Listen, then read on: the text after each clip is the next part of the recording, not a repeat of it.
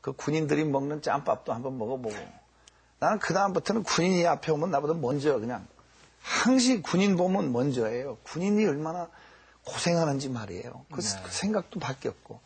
다행히 그거를 이제 으쌰으쌰하고 남한산성을 뛰어내리고 어쩌고 그러니까 그 어떤 제가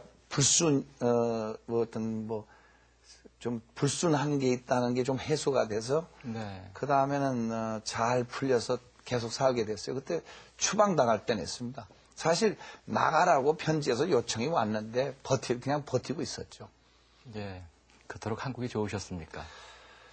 미국 가서 훈련을 받는데 인도에서 온 수련이가 나보고 너는 한국의 먼지도 사랑하지 이러더라고요. 내가 한국을 자꾸 들먹이니까.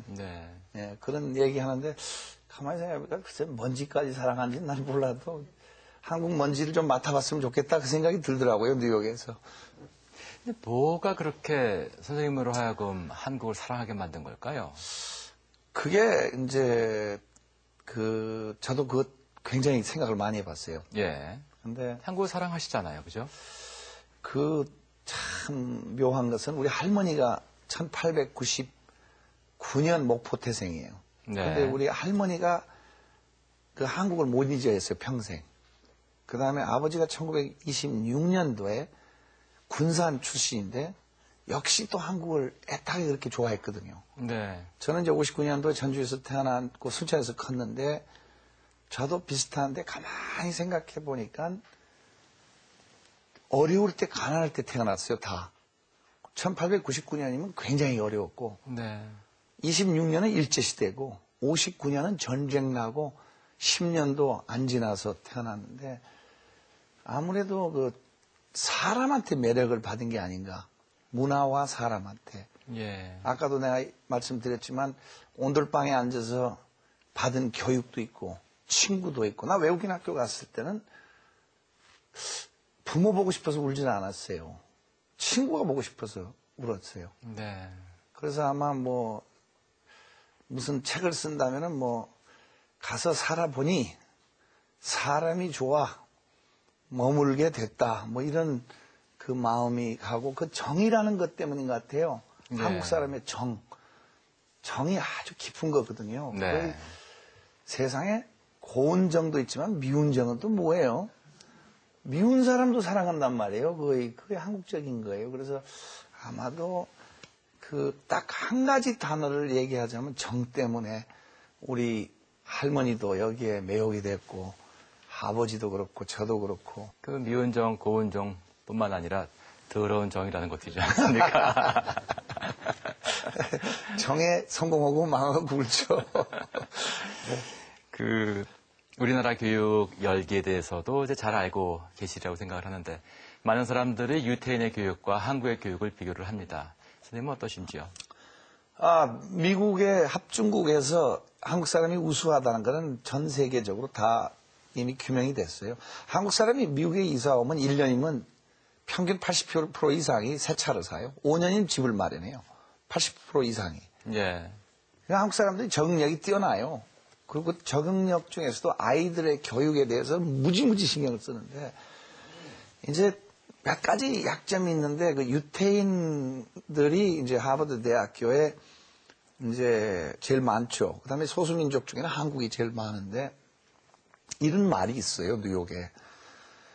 유태인 엄마는 시험을 치면은 한국 엄마부터 얘기할게요. 한국 엄마는 몇 점 맞았냐? 응? 이걸 물어보는데 유태인 엄마는 시험 문제가 뭐가 나왔냐? 이거 무서운 얘기예요. 그러니까 이제 그 교육에 있어서 결국은 지금 유태인하고 한국 아이들하고 싸움이에요, 지금. 누가 제일 우수하냐? 뉴욕 같은 도시에.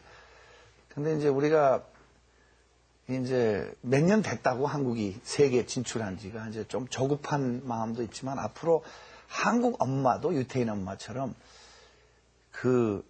몇 점 맞았냐고 묻지 말고 문제가 뭐가 나왔냐라는 교육으로 가면은 이제 마지막 유태인도 이기지 않을까. 지금 노벨상이 많아요, 유태인들이. 한국 사람들도 노벨상 못할 이유 하나도 없어요. 근데 그런 제 생각에 차이점이라고 딱 집어서 얘기하자면 조금 더 그분들은 몇백 년 동안 이제 전 세계에 퍼져 살면서 조금 네. 그 교육 문화가 좀 든든하고 조금 우리보다 기반이 튼튼한 것 같아요. 그런데 선생님께서는 우리나라의 그 성적 위주의 경쟁 교육을 많이 걱정하시는 것으로 알고 있는데요.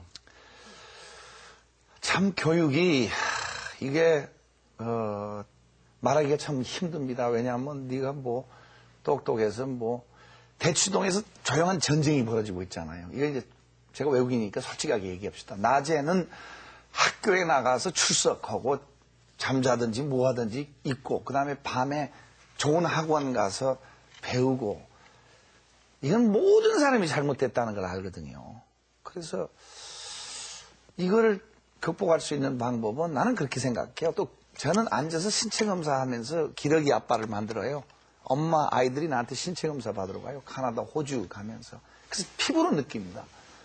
그럴 것이 아니라 좀 외국인 학교들도 좀 마음대로 들어오게 놔둬버리고 아이하고 엄마를 외국에 보내는 것보다 학교를 유치를 한국에서 해가지고 선생이 뭐 얼마나 한국 돈을 쓰겠어요. 지금 몇 조 원씩 매년 손해랍니다. 그게 외국 나가서 공부하는 게. 네. 그래서 한국 내에 교육을 좀 다양화하고 또 교육 자체의 불만은 딱 이거예요.